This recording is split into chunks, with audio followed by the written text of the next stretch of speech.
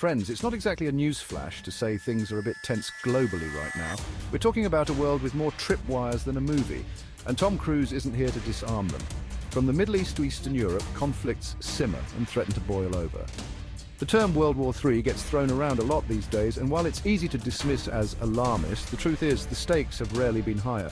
We're talking about a potential conflict that could make past wars look like a playground scuffle. The situation in Ukraine has become a horrifying case study in how quickly things can escalate. Russia's invasion has sent shockwaves through the international community, sparking fears of a wider conflict. Meanwhile, in the Middle East, the long-standing tensions between Israel and Iran continue to flare up. These aren't isolated incidents, folks. They are interconnected pieces of a much larger and more dangerous puzzle. The question we need to be asking ourselves isn't these conflicts could escalate into something far worse, but the reality is we are standing on a precipice. The choices we make in the coming days, weeks and months could determine the fate of our planet. And no, that's not hyperbole, that's just basic geopolitics. Now let's talk about who benefits from all this chaos. Because surprise, surprise, it's not the everyday citizens caught in the crossfire. Major powers often treat these regional conflicts like a game of geopolitical chess. They back different sides, supplying weapons and funding, turning what might have been localized skirmishes into proxy wars. NATO, the North Atlantic Treaty Organization, plays a big role in this global chess match. Originally formed as a counterbalance to the Soviet Union, NATO has expanded its reach significantly in recent decades. This expansion has been a major point of contention with Russia, contributing to the current tensions in Eastern Europe. Now, I'm not saying NATO is solely responsible for the situation in Ukraine, but their involvement adds fuel to an already volatile fire. These proxy wars serve the interests of powerful nations in a few key ways. First, they allow them to project their influence in strategically important regions. Second, they create a market for their weapons manufacturers who are more than happy to profit from the bloodshed. And third, they distract from domestic problems, allowing leaders to rally their citizens around the flag and silence dissent in the name of national security. In short, it's a cynical and dangerous game, and it's one that we can't afford to play anymore. We need to start seeing these conflicts for what they are. Not abstract geopolitical squabbles, but human tragedies with real-world consequences. To understand how we got here, we need to rewind the clock a bit. The past 20 years have been marked by a series of events that have brought us to this point.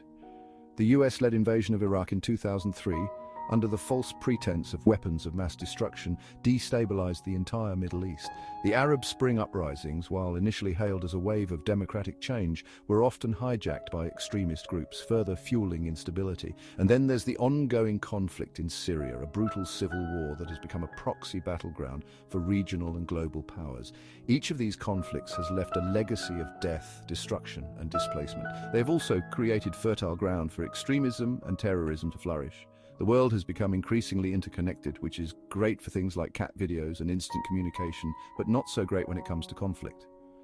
What happens in one part of the world no longer stays there. Conflicts have a way of spilling across borders, drawing in other nations and escalating in unpredictable ways. Section 4, the puppet masters, profit and power. Now let's talk about the puppet masters behind the scenes. I'm talking about the arms manufacturers, the defense contractors, the oil barons, the people who profit from conflict and chaos. These individuals and corporations have a vested interest in keeping the world at war. War is their business, and it's a very profitable one. They lobby governments for increased military spending, they fund think tanks that promote hawkish foreign policies, and they use their wealth and influence to shape public opinion.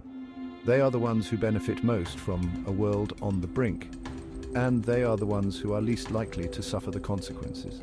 We need to start calling these people out for what they are: war profiteers. They are not patriots, they are not looking out for our best interests, they are looking out for their bottom line.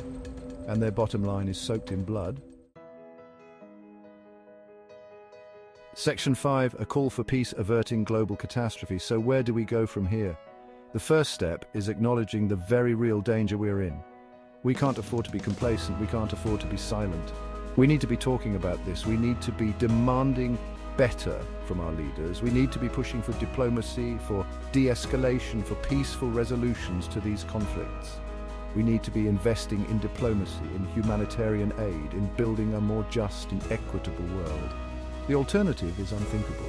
A global conflict in the 21st century with the weapons we have at our disposal would be an unimaginable catastrophe. it would be the end of the world as we know it. And it's not an exaggeration to say that the future of humanity hangs in the balance.